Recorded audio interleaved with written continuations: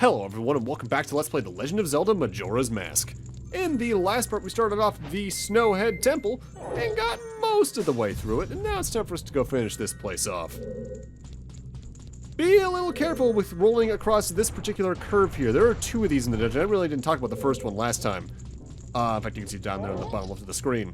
The first time they make you roll around an edge of Snowhead Temple like that, they put a little safety net there so you can fall, get practicing with it and all that. The second time, there's not one of those safety nets, so roll proud and roll true and hopefully don't fall.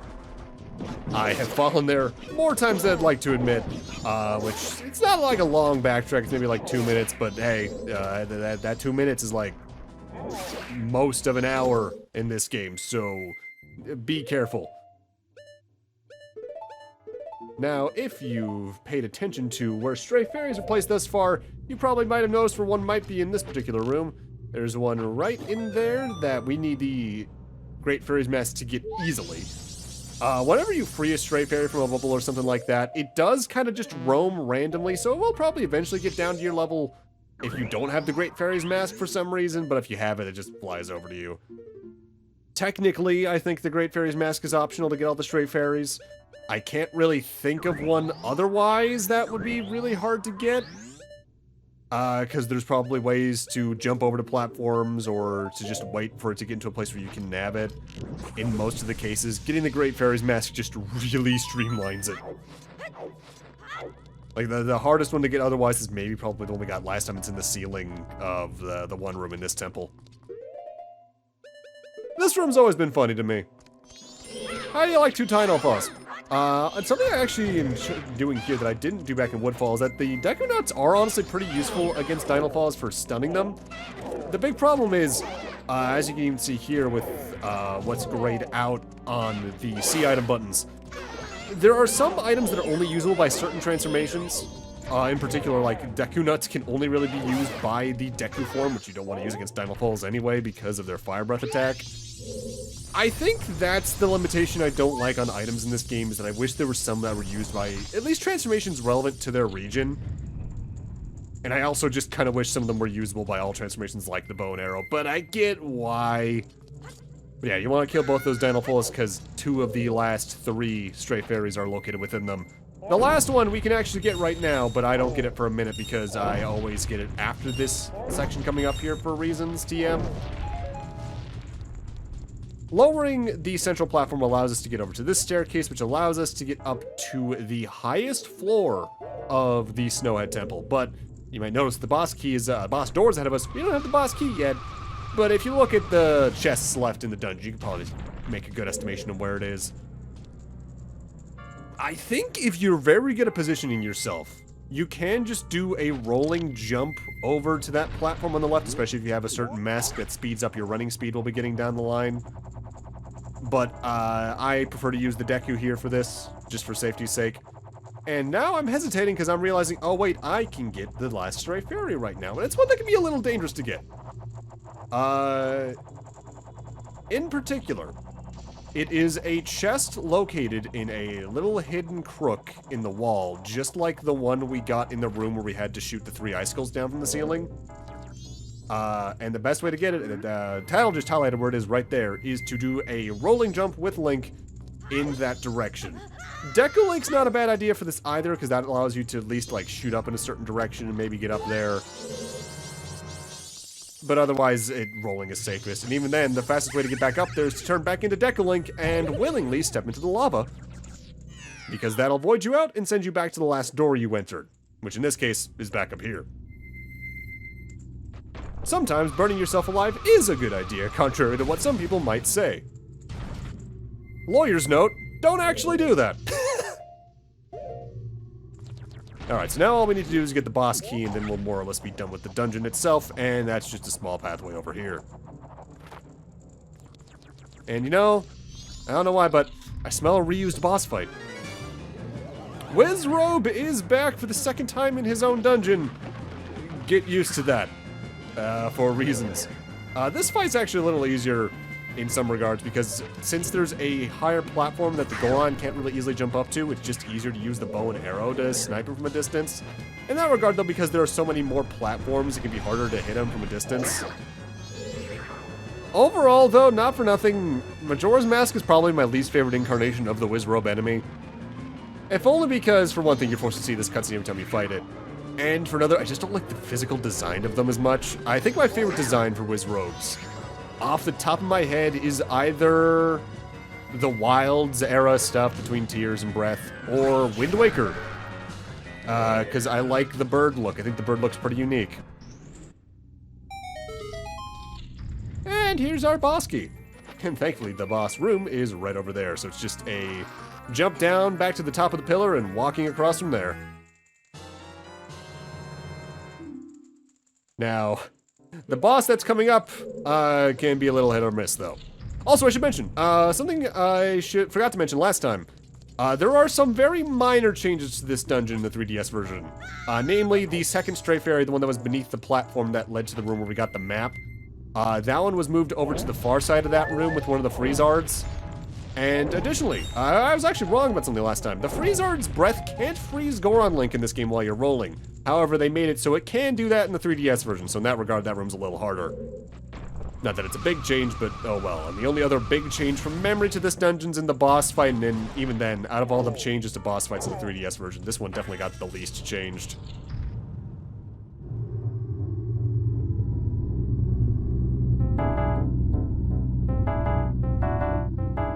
Ominous. Well, it's frozen in ice, and even though you might think to not do that, we gotta free it.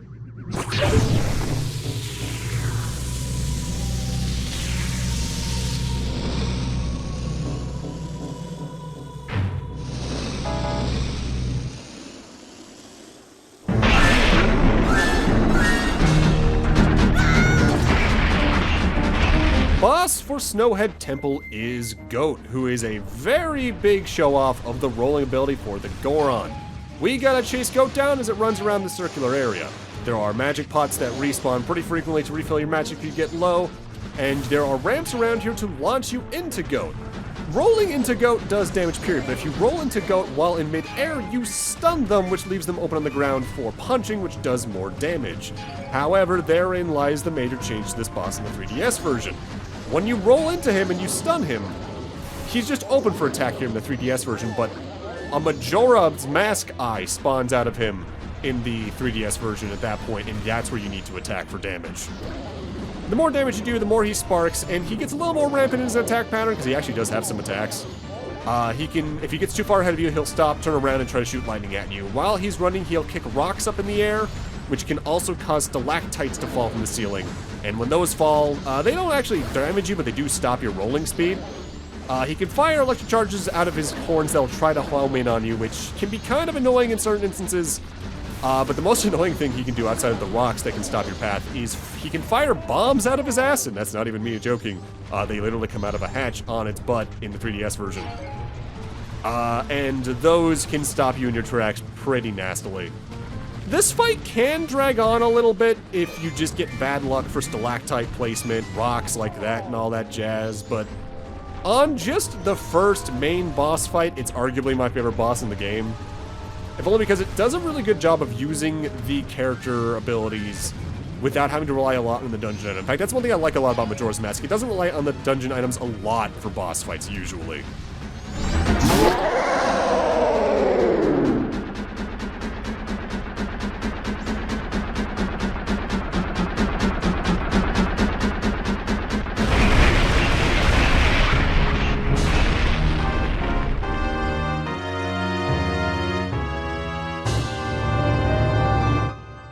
Brutal death. But that's Snowhead Temple. Again, it's got a nice central gimmick, and I like the layout of it a lot. Navigating it on a first playthrough can be a little bit troublesome, but it's far from the hardest dungeon in this game or the series. And thus, time for some more remains. We've seized Goht's remains. You've just freed the innocent spirit of this dark mask had kept imprisoned within the body of evil Goht.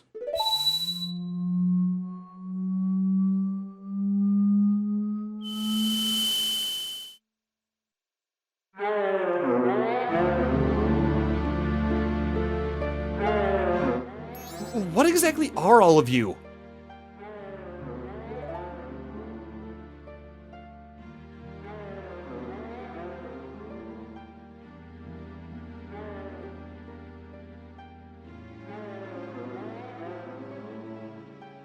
Guardians. Guardians?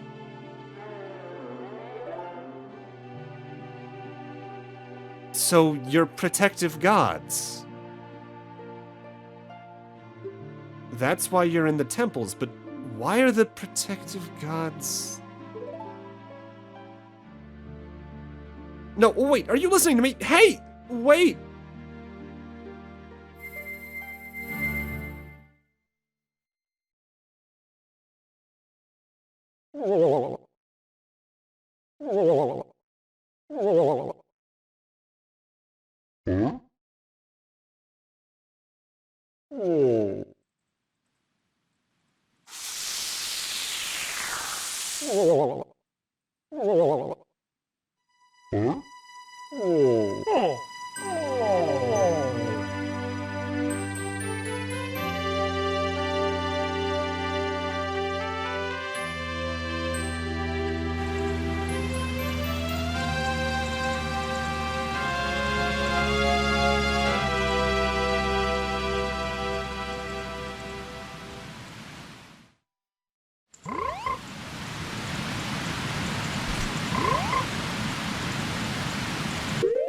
And thus spring has come. There's even a little frog next to us. You know what? Let's get on the Dongero mask and see what he thinks of that. I have been waiting for you, Dongero. Forgive me if I'm mistaken, but it looks like you've lost a little weight. As you can see, Dongero, the long winter has ended and spring has finally come to these mountains. Let us begin our chorus.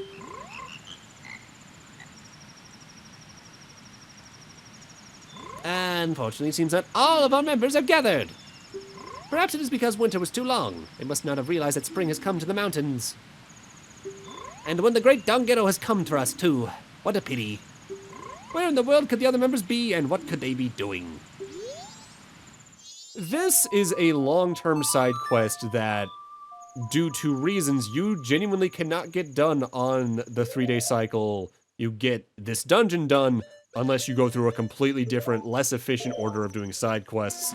We'll worry about this more, I think 2 or 3-day cycles from now, if memory serves. For now, though, we want to fast travel back to Snowhead itself, because for one thing, the Goron we use a lullaby on is awake. How you doing? What in the world have I been doing this whole time? Why am I sitting in a place like this? Better question, why were you invisible? The main reason we are here is because the Great Fairy's Fountain for Snowhead is, well, it's in Snowhead. What a concept. Now looking at it, I don't know how the whole dungeon fit in that thing. That definitely doesn't look like it's another 5 floors tall. Yeah, it's just on the right side of the main building. And this is a very good upgrade.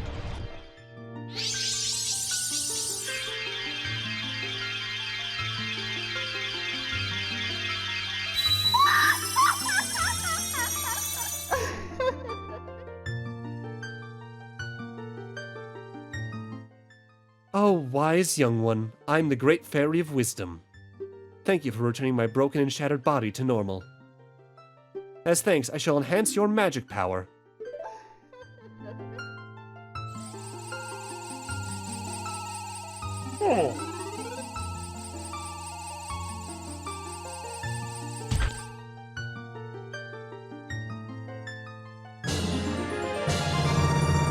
Your magic power has been enhanced. You now have twice as much magic power.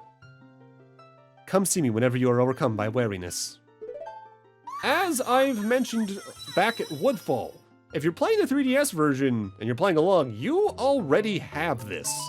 They put this where the Woodfall Great Fairy was, and they put the stronger spin attack here. That's a change I think is ultimately for the better because it allows you to use the Goron Roll more efficiently, especially in the boss fight. But it's still minor, and it's a case where I could go either way on it. For now, though, we want to head back to South Clocktown and do some very quick rupee grinding, because I need 200 rupees for the next thing we're going to do, which is overall back at the... Now, as someone who's grown up and lived more or less their entire life in the American Northeast, I love Snowhead Mountain after you've beaten the temple. Like the slightly melting snow, the greenish grass. It just reminds me of home, more or less. Although if that snow had been there for that long, this grass should all be dead. But that's an entirely different topic. With that said, be careful when you're Goron rolling through this part of the mountain in springtime, because that is water down there. If you fall in that's a void out, and you have to start the room over, which is just kind of annoying. Now, the main reason I went to go get the rupees is there's actually 2 reasons we're here in Goron Village. Technically 3 for a cutscene. And frankly, it's just easier for me to get it all done at once. For one thing, we can now talk to this Deku Scrub. Thanks for stopping by. I'm doing business with a focus on a Goron clientele, and that, sir, makes you a customer. Right now, I've got a special trade-in offer just for you. I'll give you my biggest bomb bag, regularly priced at 1,000 rupees. In return, you'll give me your big bomb bag in just 200 rupees. Do you need any? Yes, I do. We now have the biggest bomb bag. We can now hold up to 40 bombs, the highest in the game. Thanks again. But on top of that, he's on a yellow Deku Flower, so that means we can give him a title deed. We got the forest title deed back at Woodfall, so let's give that to him as a Deku, because you can only give it to him as such. Thanks for stepping. Who'd have thought I'd meet a fellow Deku in a place like this? I sell bomb bags when I'm focusing my marketing efforts on Gorons. What I'd really like to do is go back home and do business where I'm surrounded by trees and grass. But I can't open a business back home without following the proper procedures. Do you know what I mean? Yep. Ah, that's a swamp title deed. I wish you would give that to me. I'll give you this land in exchange. And thus we've traded our swamp title deed for a mountain title deed. I'm going right back to the swamp.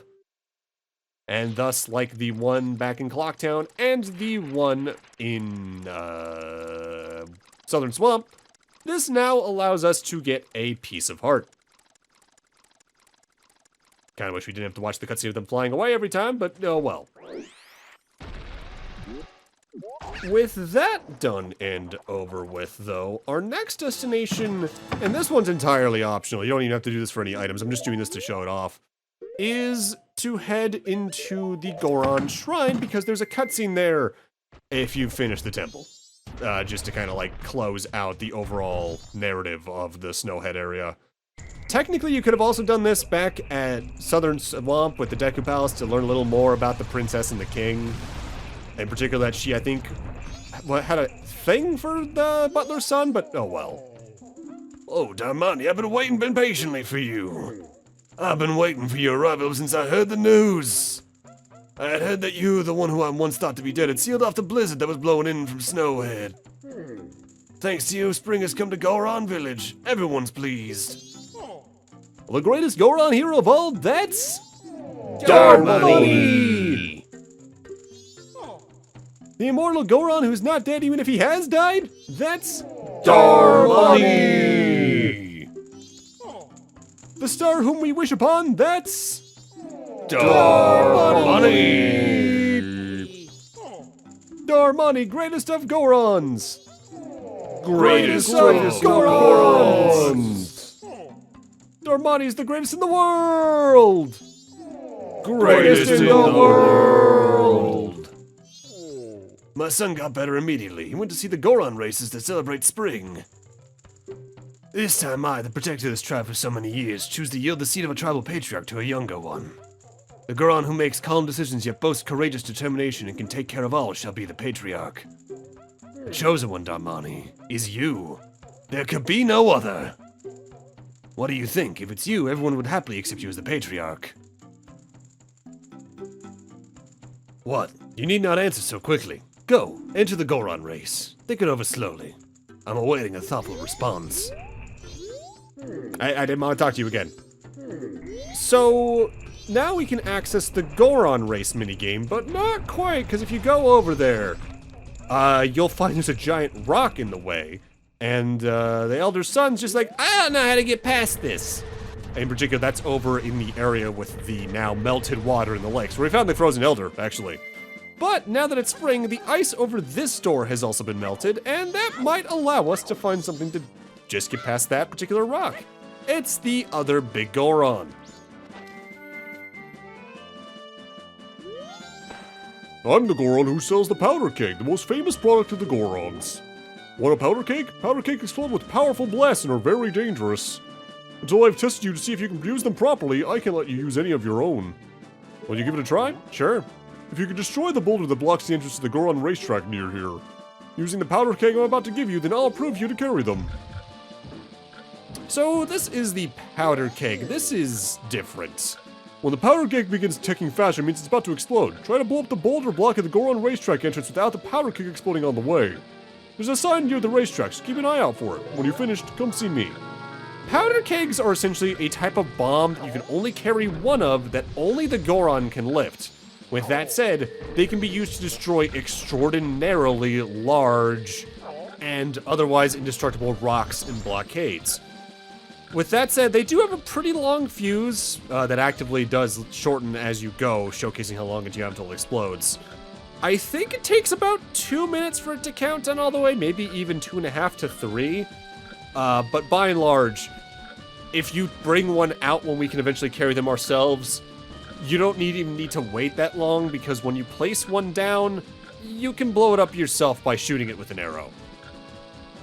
They aren't used too many times. I think if you do everything as efficiently as possible, you only need to use one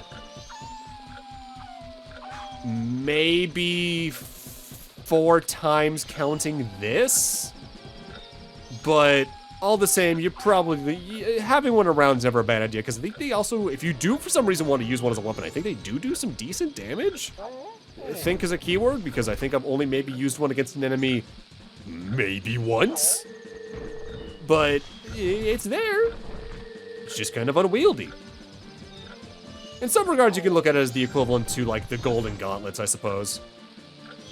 Just place it down, and then we can destroy it with an arrow. Ah, Darby! Now that it's nice and warm out, I'm much, much better. Even if my daddy isn't right beside me, I won't be selfish and cry. So, now that spring's come, the Goron races should be starting soon. But this rock is in the way, so I can't get in to see the race. And spring's just started too. I was so excited, but there's nothing I can do. I hate it, I want to see it, I want to see it, I want to see it, I want to see the race. Be careful, by the way, if you place this down too quickly to the shift from a night to a day, I think the bomb can despawn. I've definitely seen at least one playthrough that happen, so be pretty quick about destroying it. Thankfully, its radius is also pretty large. You did it! Thanks a lot. I'm going right in. I'll be waiting for you, so you have to come and see it. So you recognized me as Darmani. This child knows too much! But now, time for one of my least favorite minigames in the game, to be honest. But first, we actively want to head back to the big Goron, who gave us the powder keg. This is a step I've forgotten to do on a number of occasions, and I know other people have as well. It looks like you managed to succeed. Knowing your skills, I feel fine letting you handle powder kegs on your own. It was bad of me to put you through such a dangerous test. I want you to take this as my apology. And thus we properly get a powder keg. Press C to light it, then tap C to place it. Be careful, its sheer power and size are immense. Powder kegs are very volatile, so you can only carry one at a time. If you shoot them with an arrow, they'll explode as soon as they're hit, so be careful. So it doesn't seem like it, but coming back here is key, because I believe it officially licenses you to be able to use powder kegs. In fact, I think in the 3DS version, you even get a separate item that marks that here. Because if you don't do that, I don't think you can buy powder kegs at the shop that will now be added at the bomb shop in Clocktown, so be careful. So, the Goron racetrack. This place kinda sucks. Ah, Darby, I've been waiting for you. See, everyone's restless because they can't wait to enter. You're gonna enter, aren't you? Right? Yeah, I guess so. You have to. I want to show everyone how Darby races. If your magic power runs low, charge up with the green jars on the course. So, the Goron racetrack is an active race against, I think, 4 other Gorons. With that said, if you cross the finish line too early, it does count as a void out, and you have to start that over again. But the Goron AI here is Mario Kart Wii levels of rubber banding. If you're ahead, they will speed up like nothing else to catch up with you. If you're behind, they'll slow down to give you a chance. With that said, if they knock into you, you blink red. If you get hit again, pretty soon after that, you'll be knocked out of your speed and you have to build it back up. Taking the shortest route here is a combination of keeping yourself on the interior of the course at all times, depending on where you are on the map, not bumping into things or Gorons, and also I think not taking the jumps Because while the jumps look cool, I think you actively do move slower when you're doing a jump than if you were to just go on the ground.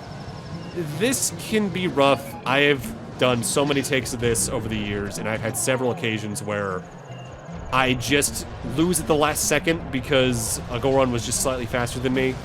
I've also got knocked off of that bridge or that little overhill we just went over, right? If you get too far behind, I think they just are like, yeah, there's no way you can win now, so come back and try again. This is worth doing, but to get 100% in the game, you're probably gonna need to do this at least twice, which kinda sucks.